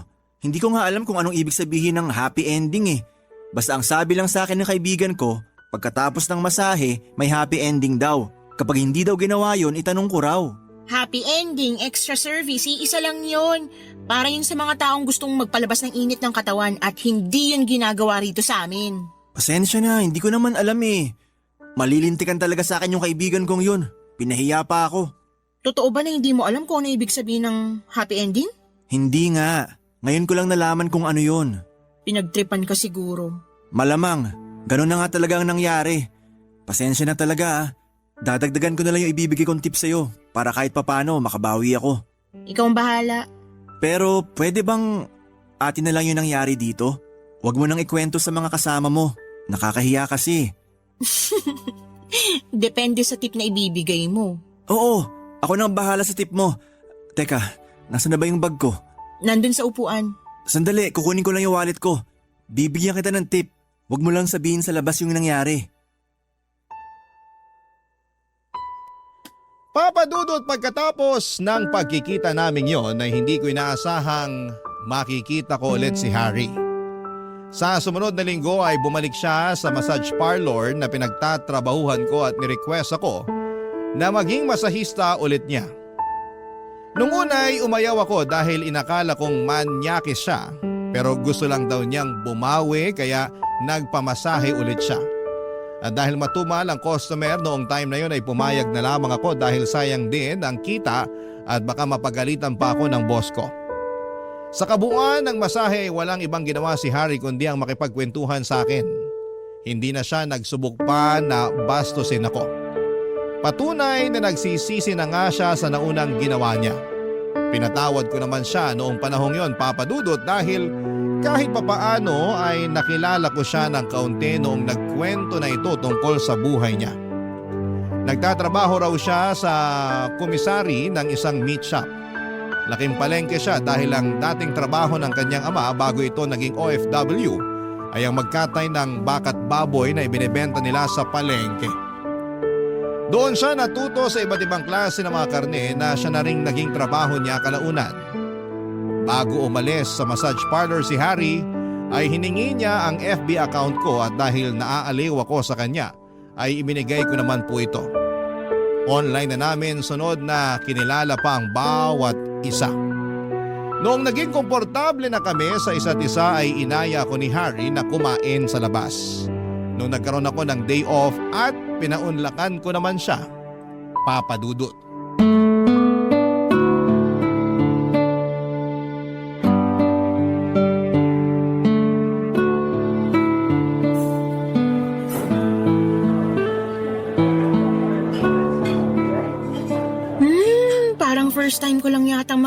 pagkain sa lugar na to ah. Talaga ba? Oo, karaniwan kapag kumakain ako rito sa mall, yung mga kilalang fast food na yung pinupuntahan ko. Mabuti na lang pala dito tayo napunta. At least may matitikman kang bago. Wala naman tayong choice eh. Nagpunta tayo rito kung kailan maraming tao sa mall. Punuan tuloy yung mga kainan. Maiba tayo. Ilang taon ka na palang masahista? Nasa 7 taon na rin siguro. Matagal na rin pala. Yun talagang inaral mo?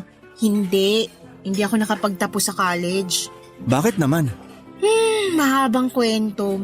Sabihin na lang natin na suwail ako nung kabataan ko kaya hindi naging magandang takbo ng buhay ko nun. Pero ngayon, Syempre hindi na. Nagbago na ako simula nung namatay yung lola ko. No choice naman ako eh. Ako yung pinakamatanda sa aming magkakapatid kaya ako yung naghanap buhay.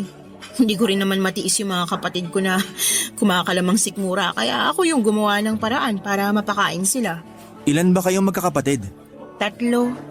Wala rin silang tinapos pero may kanya-kanyang trabaho at buhay na yung mga yun ngayon. Paano ka naman napasok sa pagiging masahista?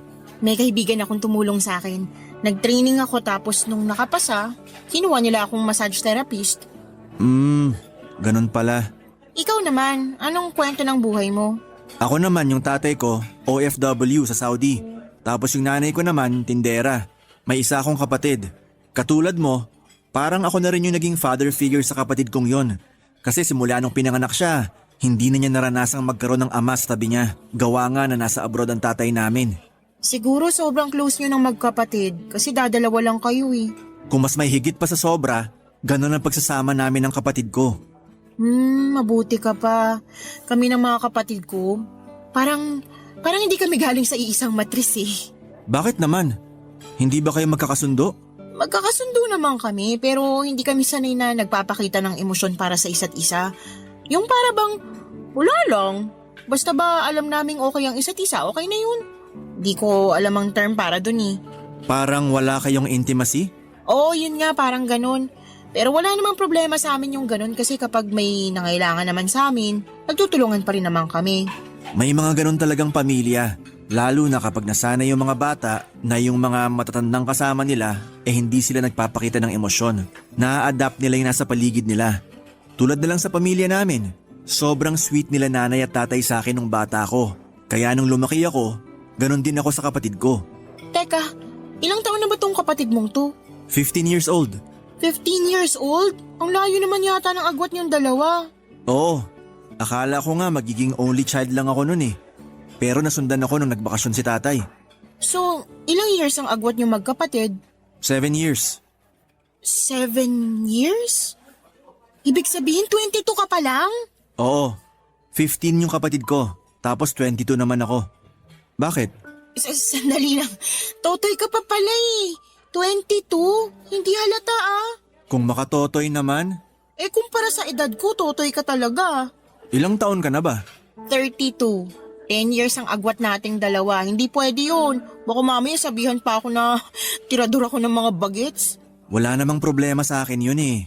Wala nga sa'yo, pero sa mata ng mga tao, problema yun. Baka matawag pa akong pedophile. Hindi naman ako underage eh. Kahit na. Alam mo, pagkatapos nito, tapusin na natin to, okay? Ha? Bakit naman? Hindi tayo bagay sa isa't isa. Masyado akong matanda para sa'yo. Papadudod, sobrang na-turn off talaga ako kay Harry noong nalaman kong 22 years old pa lamang siya. Hindi ko yon inaasahan dahil mature na ang itsura niya dahil sa balbas sarado nitong mukha. Isa pa ay napaka-mature din niyang mag-isip at magsalita kaya hindi ko aakalaing totoy pala siya. Nasayangan lamang ako dahil medyo nagkakaroon na ako noon ng feelings para kay Harry. Yun nga lang dahil bata pa siya. Ayoko na mismo ang umiwas. Ayokong maging babysitter sa isang relasyon kaya hindi talaga ako pumapatol sa mga mas bata sa akin. Iniwasan ko siya ng ilang araw pero hindi nagpaawat itong si Harry. Lagi pa rin niya akong chinachat kahit na hindi ko na siya nire-replyan. Nagpupunta rin siya sa pinagtatrabahuhan ko para kausapin ako kahit na ilang beses ko na siyang pinagtabuyan. Pero dahil bata at matigas ang ulo ay hindi ako tinantana ni Harry. Nagpatuloy siya sa pangungulit sa akin, Papa Dudut, hanggang sa maging ang mga kasamahan ko sa trabaho ay naaawa na rin sa binata. Nakonsensya din naman ako sa ginagawa kong pag-iwas sa kanya kaya sa huli ay pinansin ko na rin si Harry. May kakaibang karismang dala kasi si Harry sa totoo lang. Kaya niyang paibigin ang mga tao sa paligid niya. Makulit siya pero sa parehong pagkakataon ay hindi mo siya maituturing na mas bata kesa sayo dahil kaya niyang makipagsabayan sa mas nakakatanda kesa sa kanya. Sa pagtagal, Papa Dudut, ay unti-unti ring bumigay ang puso ko para kay Harry. Hanggang sa isang araw ay naramdaman ko na lang na nahulog na ang loob ko para sa kanya. Barangay Love Stories. Barangay Love Stories. Hindi ko alam, Papa Dudut, kung nagayuma ba ako o dahil magaling lang talagang manligaw sa akin si Harry kaya niya ako napaibig. Hindi ko talaga inaasahan noon na magkakagusto ko sa kanya dahil nga sa age gap namin. May pag-aalinlangan man ay sinagot ko siya. Sa kabila ng malaking pagkakaiba ng edad naming dalawa ay hindi ko naramdaman na mas bata si Harry kesa sa akin. Matalas siyang mag-isip at napakalawak ng pangunawa niya na dinaig pa ako na mas matanda kesa sa kanya. Kaya tuloy tuwing magkasama kami ay parang kaedad ko lamang kung ituring ko siya dahil hindi ko ramdam ang pagkabata niya. OFW ang ama ni Harry na mahigit 2 dekada nang nagtatrabaho sa Saudi. Panganay siya at ang nakababatang kapatid niya ay malaki rin ang agwat ng edad niya. 7 years ang pagitan nilang dalawa at matagal bago nasundan si Harry dahil nga nasa abroad ang tatay nito. Kahit na ganoon ay sobrang close ni Harry sa kapatid niyang si Sean. Parang siya na rin kasi ang tumayong ama ng kanyang kapatid. Bilang siya ang pinakamatandang lalaki sa kanilang pamilya. 7 buwan na tumagal ang relasyon naming dalawa ni Harry bago niya naisipang ipakilala ako sa nanay at kapatid nito. Noong nalaman ko ang plano niya ay umayaw ako. Natatakot kasi ako na baka hindi ako matanggap ng nanay niya. Pero naisip ko rin na darating din naman ang araw na magkakatagpo kaming dalawa kaya hindi ko na dapat patagalin pa ang kabang nararamdaman ko. Sa huli pumayag ako makipagkilala sa nanay ni Harry, Papa Dudut.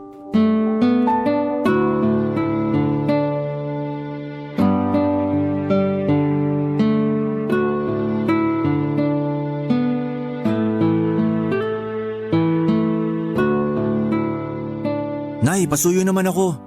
Pakiayos na po yung lamesa. Malapit nang matapos tong niluluto ko. Oo, heto na. Inihanda ko na. Sino ba kasi itong bisita mo at talagang naghanda ka pa ng makakain? Basta, importante po tong tao na to para sa akin. Girlfriend mo ba yung darating? Nakita ko kasi nung nakaraan may ka-video call kang babae eh. Basta po, makikilala nyo na siya mamaya. Mukhang importante para sa itong bisita mo ah. Talagang ikaw pa ang nagluto para sa pananghalian ngayong araw. Oh, nandyan na yata siya. Sandali, papapasukin ko lang siya. Ikaw muna rito, Nay. O sige, ako na dyan. Salamat. Talaga tong batang to, oo. Hay, ang bilis talaga ng panahon. Nagbibinata na ang mga anak ko. Halika na. Sana lang talaga Dito tayo. mapunta sila sa Nandito tamang sa tao kusina si Nanay. para hindi na sumakit ang ulo ko. Oh, hello! Magandang tanghali po. Magandang tanghali rin sa'yo, Iha. Ito pala si Nanay. Nay, siya po si Maris. Siya po yung girlfriend ko. Sa wakas naman, nakilala na rin kita. Hari, pakicheck nga to kung luto na. Mukhang pwede na yatang hanguin. Pwede na po yan. Ako na po dyan para maihanda ko na yung pagkain. O sige, Iha, maupo ka muna. Salamat po. Sayang, si Sean wala ngayon. Di mo na siya naabutan. Saan ba siya nagpunta? Nandun yon sa kaklase niya. Gagawa yata sila ng project. Hindi ko alam, nagmamadali eh. Hindi na tuloy nakapananghalian. Ay, ganun po ba? Sayang naman. Hayaan mo, ipapakilala ka namin sa kanya sa susunod na dalaw mo rito. Taga saan ka pala? Mukhang malayo pa ang pinanggalingan mo ah. Sa Novaliches lang po ako. Talaga? May kumari ako dun eh. Pero sa bagbag siya nakatira. Sa Tandang Sora naman po ako. Mabuti naman na isipan ka ng ipakilala nitong anak ko sa akin. Nagulat nga rin po ako eh. Bigla-bigla na lang siyang nakapag-isip ng ganito. Saan naman kayo nagkakilala? Mamaya na yung interview. Eto, kumain na muna tayo habang mainit pa to. Sa parlor po kami nagkakilala. Nakakatuwa nga yung araw na yun kasi nagpamasa. Nagpamasa yung kaibigan ko. Sinamahan ko siya tapos nakita ko si Maris doon. Kinuha ko FB niya tapos niligawan ko siya. Sinagot naman niya ako. Yun po ang love story naming dalawa. Yun nga po yung nangyari. Nagtatrabaho ka sa massage parlor? Opo, Ilang taon ka na ba? 32 na po ako. 32 ka na. Opo, malapit na nga po ako mag-33 eh. Hindi halata, no? Parang nasa 25 lang. 22 lang tong anak ko ah. Hindi ba parang masyado namang malayo ang agwat ninyong dalawa? Nay, wala naman yan sa edad eh. Hindi requirement ang edad sa pag-ibig. Pero hindi ba mas magandang maghanap ka ng babae na mas malapit sa edad mo? 10 taon ang tandaan ng girlfriend mo sa'yo oh. Pasensya ka na iha, pero nagulat lang ako. Okay lang po. O bakit naman si Harry ang nagustuhan mo? Nagkakaubusan na ba ng lalaking nasa 30 ang edad kaya naghanap ka ng mas bata? Nay, ano namang klaseng tanong yan? Nagtatanong lang ako. Gusto kong malaman kung bakit siya nagkagusto sa mas bata sa kanya ng 10 taon. Yun ba talaga ang trip mo, iha? Kahit wag mo nang sagutin yon, Maris. Nay, medyo nakakabastos naman yung tanong nyo. Wala namang masama sa tanong ko ah. Nagtatanong lang naman ako. Parang may gusto kasi kayong palabasin eh. Nagtatanong lang yung tao, ako pa yung masama. Kumain na nga tayo para matapos na to. Masakit para sa akin, Papa Dudut, na hindi ako tanggap ng nanay ni Harry para sa anak niya. Pero inaasahan ko na rin yon, Papa Dudut. Alam kong hindi normal para sa iba na makakita ng 2 taong nagmamahalan na malayong agwat ng kanilang edad, lalo na kung yung babae ang mas matanda. Pero kahit na ganoon man ang naging reaksyon sa akin ng kanyang ina, ay hindi nagpa-apekto si Harry. Nagpatuloy pa rin ang relasyon naming dalawa. Hindi naging issue sa amin kahit na ayaw sa akin ang nanay niya dahil ayon kay Harry ay nasa 8 gulang na siya at karapatan niyang pumili ng taong mamahalin niya. Isa pa ay wala na raw magagawa pa ang nanay nila tungkol doon. Dahil hindi naman daw mahilig makialamang nanay niya sa mga personal nilang desisyon. Ang mahalaga ay naipakilala na raw niya ako sa pamilya niya. Hindi ko inaasahan na tatagal ang relasyon namin ni Harry at hindi ko rin kasi ini-expect na mas lalo pa akong mapapamahal sa kanya sa mga susunod pang buwan ng pagsasama namin. Hindi ko naman ikakaila na minsan ay nagkakaroon kami ng tampuhan ni Harry. Normal lang din naman siguro yon sa mga magkasintahan. May mga araw na nagkakaroon kami ng pagtatalo lalo na pagdating sa oras. At may pagkakataon din na nagkakaroon ng silusan sa pagitan namin. Pero ang mga problemang yon na dumarating sa buhay namin ang mas nagpapatatag pa sa relasyon naming dalawa. Sa sobrang bilis ng mga oras ay hindi ko namamalayang 3 taon na pala ang dumaan.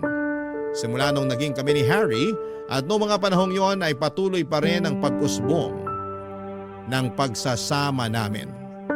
Pero ang nakakalungkot, kahit na 3 taon na kaming magkasama ni Harry ay hindi pa rin nagbago ang pagtingin sa akin ng nanay nito. Hindi pa rin siya pabor na ako ang girlfriend ni Harry kahit na sa tingin ko ay napatunayan ko naman ang pagmamahal ko sa anak niya. Araw-araw ko noon na hiling na sana'y magustuhan ako ng nanay ni Harry, lalo na noong isang balitang inihag nito sa kanyang buong pamilya, Papa Dudut.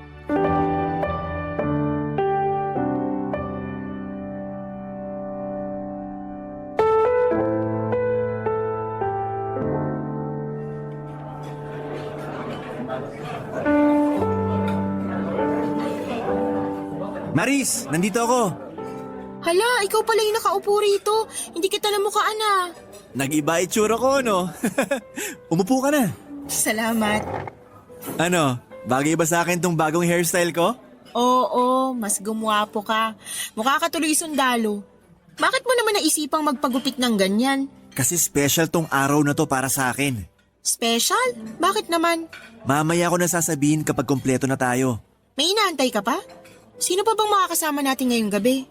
Inimbitahan ko rin si Nanay at Sean. Talaga? Ano ba kasing meron ngayon? Bakit mo kami dinala rito? Mukhang mahal pa naman ang pagkain dito sa restaurant na to. Sakto lang naman. Swak naman sa budget. Nag-order na pala ako ng pagkain natin para maihanda na nila ng mas maaga. Napaisip tuloy ako kung anong meron ngayon. Hindi naman natin anniversary.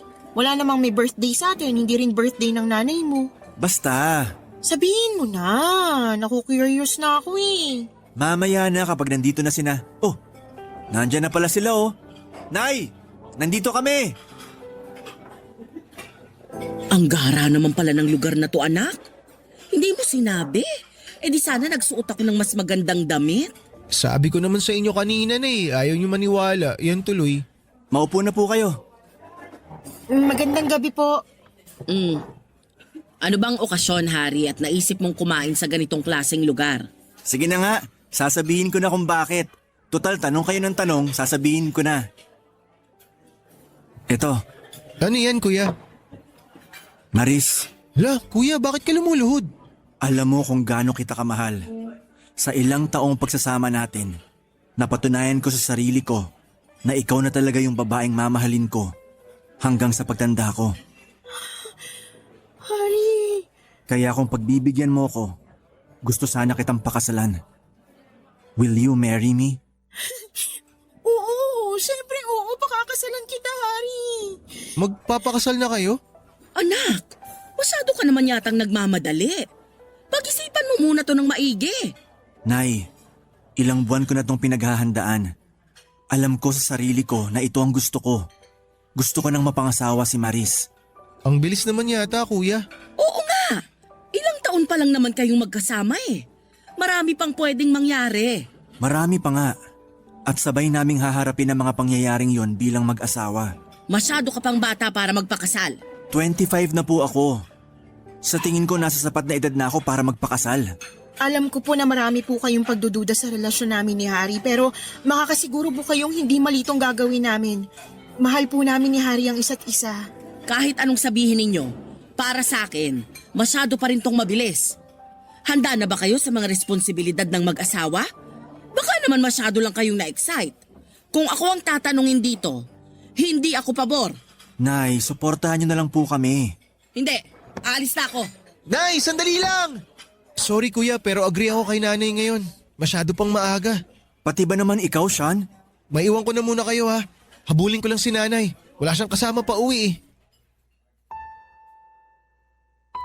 Yun na nga po ang nangyari, Papa Dudut. Hiningi ni Harry ang mga kamay ko sa harapan mismo ng kanyang nanay at kapatid.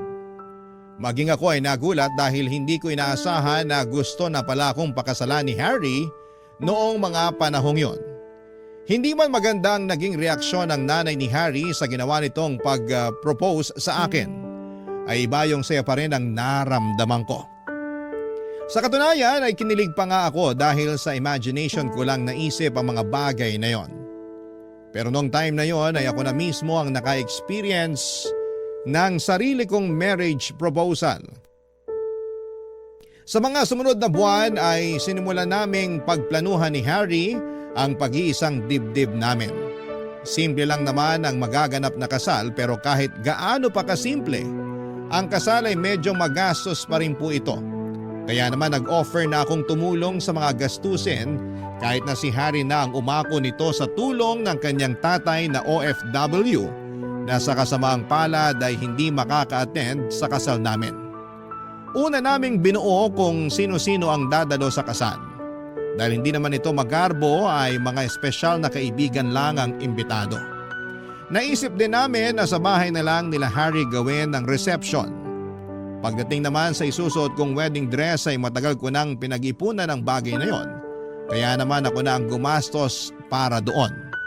Sa kalagitnaan ng pagpaplano namin ng kasal ni Harry ay nagulat ako sa biglang pagbabago ng ugali ng nanay nito.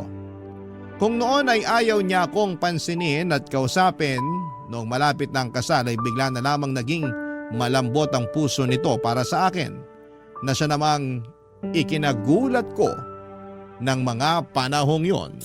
Papa Dudut. Barangay Love Stories. Barangay Love Stories. Hindi ko alam, Papa Dudut, kung paano ko pakikitunguhan ng isang taong matagal na nagkaroon ng galit sa akin. Simula nung naging kami ni Harry ay walang ibang ipinakita sa akin ng nanay niya kundi ang pangbabastos at pagpapamukha sa akin na hindi kami bagay ng anak niya. Para bang milagro na isang umaga ay bigla na lamang siyang bumait at tinanggap ako bilang magiging manugang niya. Naisip ko na baka kinausap ni Harry ang nanay niya kaya siya nagkaroon ng chance na magbago. Awkward man noong una pero tinanggap ko na lang din ang pagbabagong yon. Pinalampas ko na lamang ang mga kasalanang ginawa niya sa nagdaang mga taon kahit na hindi siya humingi ng sorry sa akin. Hindi nga naglaon ay unti-unti rin kaming naging close ng nanay ni Harry. Nakakatuwa dahil napakarami niyang input sa kasal namin. Dahil sa kanya ay marami kaming natipid na gastusin para sa kasal. Habang papalapit na noon ang araw ng kasal namin ni Harry ay bigla namang nagkasunod-sunod ang mga problemang dumating sa amin. Una ay biglang umayaw ang nakausap namin na sana'y magluluto para sa reception. Ayon sa kanya ay meron daw emergency sa bahay nila. Sumunod naman ay ang invitation card na inedit ng kapatid ni Harry na si Sean. Kung kailan ipapaprint na namin ito ay biglang na-delete ang kopya nito at hindi na ma-recover pa kaya kinailangan niyang gawin ulit ito. Pakiramdam ko noon ay mayroong nananabutahe sa amin at isang tao lang ang pumasok sa isip ko noon. Walang iba kundi ang nanay ni Harry na dati nang hindi pabor sa pagsasama namin ng anak niya. Kinausap ko si Harry tungkol doon pero hindi siya naniniwala na magagawa yon ng nanay niya. Pero napatunayan kong may nananabutahe nga sa aming dalawa nung dumating ang wedding invitation na pinaprint namin. Napansin ko na mali ang date na nakasaad doon. Nagsimulang mag-init ang ulo ko at kinompronta ko ang nanay ni Harry dahil sa mga nangyari.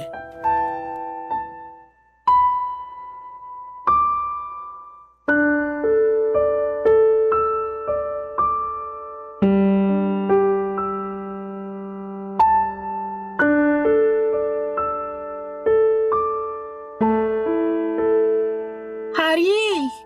Harry! Oh, bakit?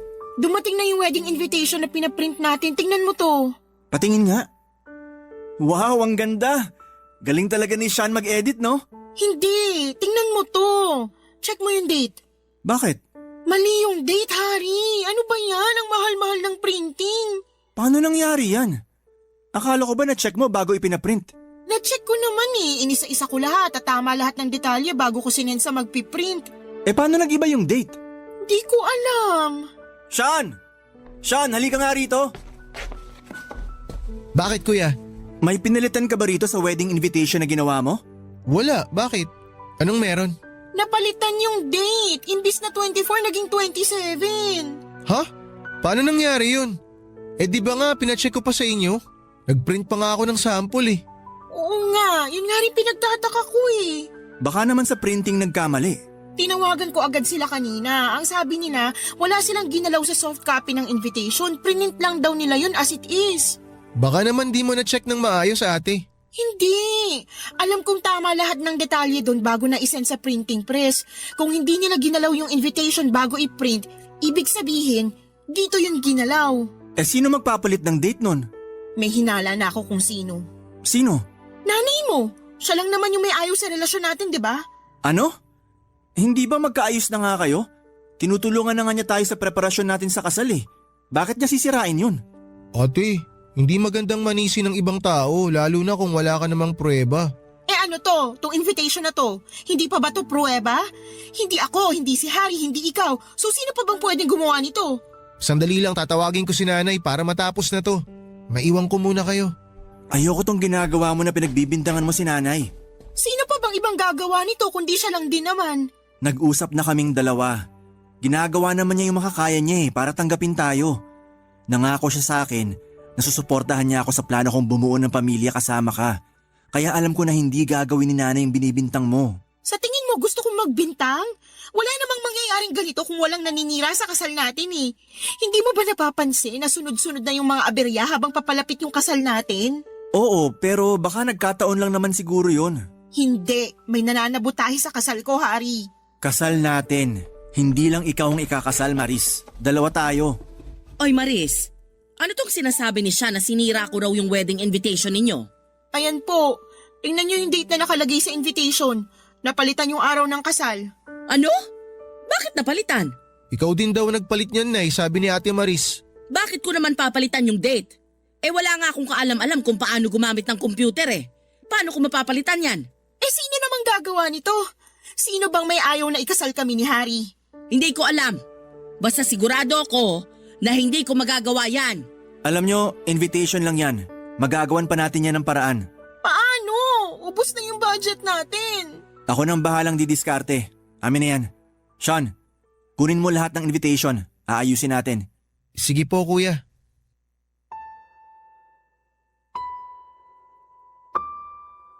Simula noon ay nag-decide kami ni Harry na huwag nang makialam ang nanay nito sa preparasyon ng kasal namin.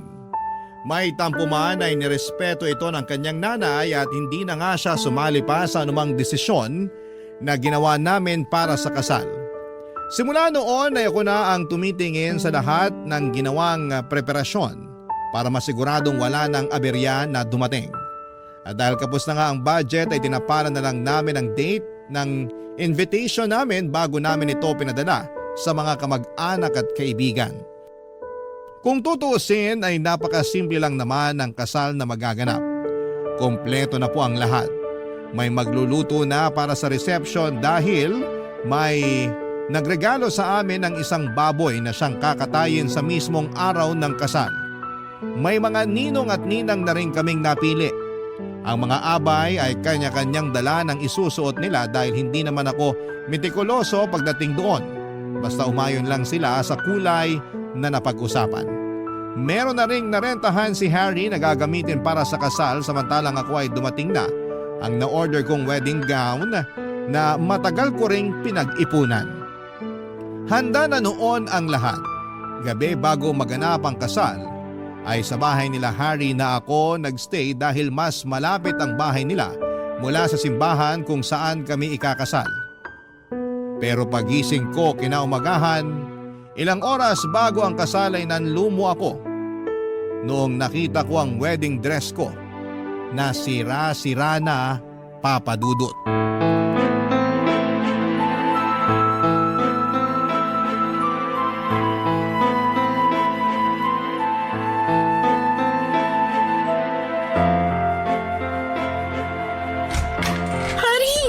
Hari, gumising ka! Hari! Bakit? May papakita ko sa'yo. Hindi ba bawal magkitang groom at bride bago ang kasal? Pamahiin yun. Wala akong pakialam sa pamahiin na yan. Tingnan mo tong dress ko. Bakit? Anong nangyari sa dress mo? May sumira sa dress ko, Hari. Patingin nga. May gumupit sa damit ko. Ngayon, sabihin mo sa akin na walang nananabo tayo sa kasal natin. Sino namang gagawa nito kung kailan ikakasal na tayo mamaya? May isang tao lang sa isip ko na pwedeng gumawa nito. Teka, saan ka pupunta? Antayin mo ako! Ate, kain na raw tayo para makapaghanda ka Nasaan ang nanay mo? Nasa kusina. Bakit? Nay! Kuya, bakit galit na galit si ate? May sumira sa dress niya. Ha?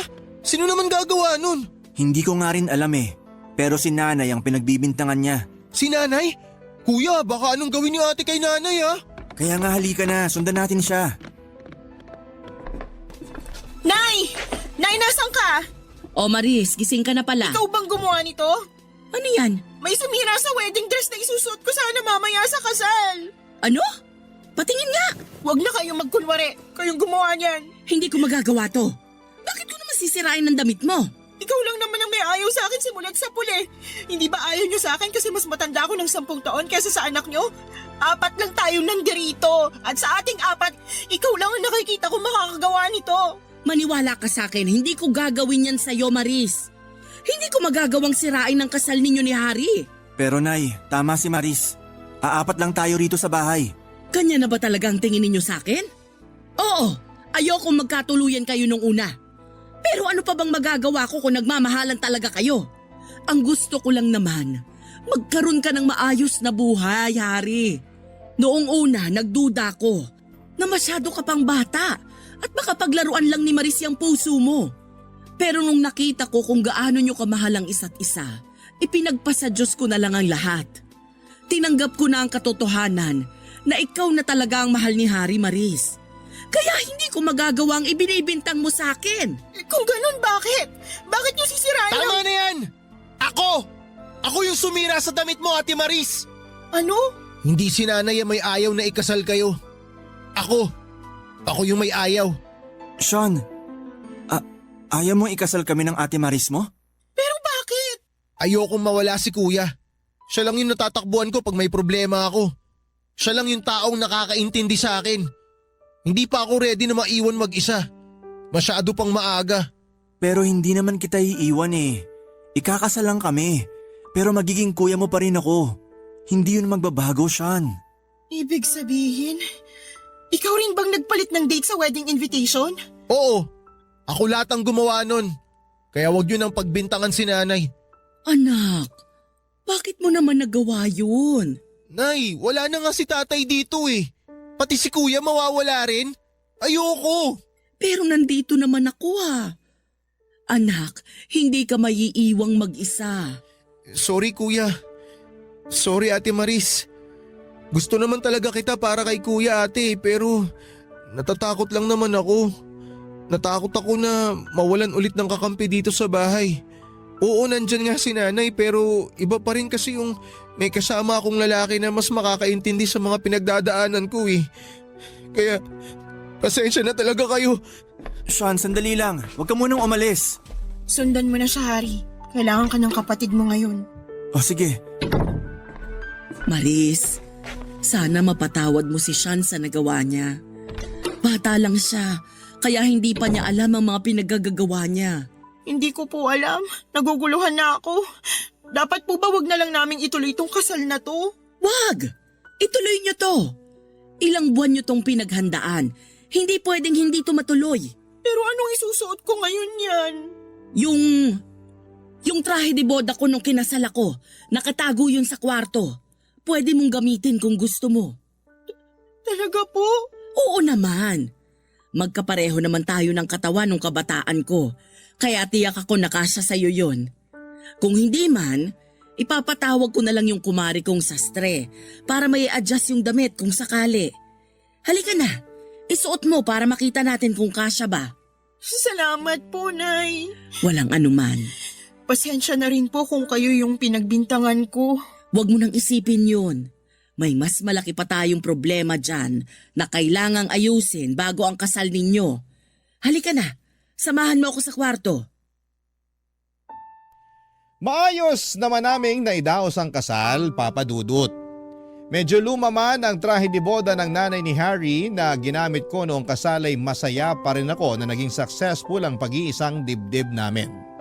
Sa katunayan ay mas naging meaningful pa nga ito dahil ibig sabihin lang noon ay talagang tanggap na nga ako ng biyenan ko bilang parte ng kanilang pamilya sa pamamagitan ng pagpapahiram niya sa akin ng kanyang wedding dress.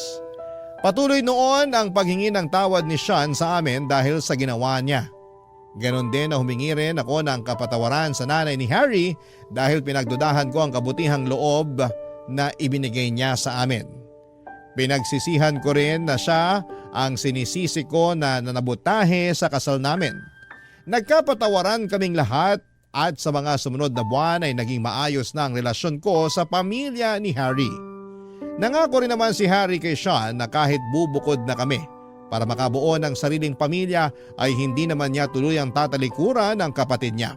Patuloy pa rin niya itong sosuportahan kahit na hindi na sila nakatira sa iisang bahay. Papadudod sa ngayon ay may isa na kaming anak ni Harry at mukhang masusundan na ulit ito ng pangalawa. Ang tanging hangad na lang naming mag-asawa ay maging payapa ang pamilya namin sa mga susunod pang taon. Ito po ang kwento ko at sana po ay nagustuhan ninyo ang ibinahagi ko sa inyo, ang inyong forever kapuso at kabarangay Maris.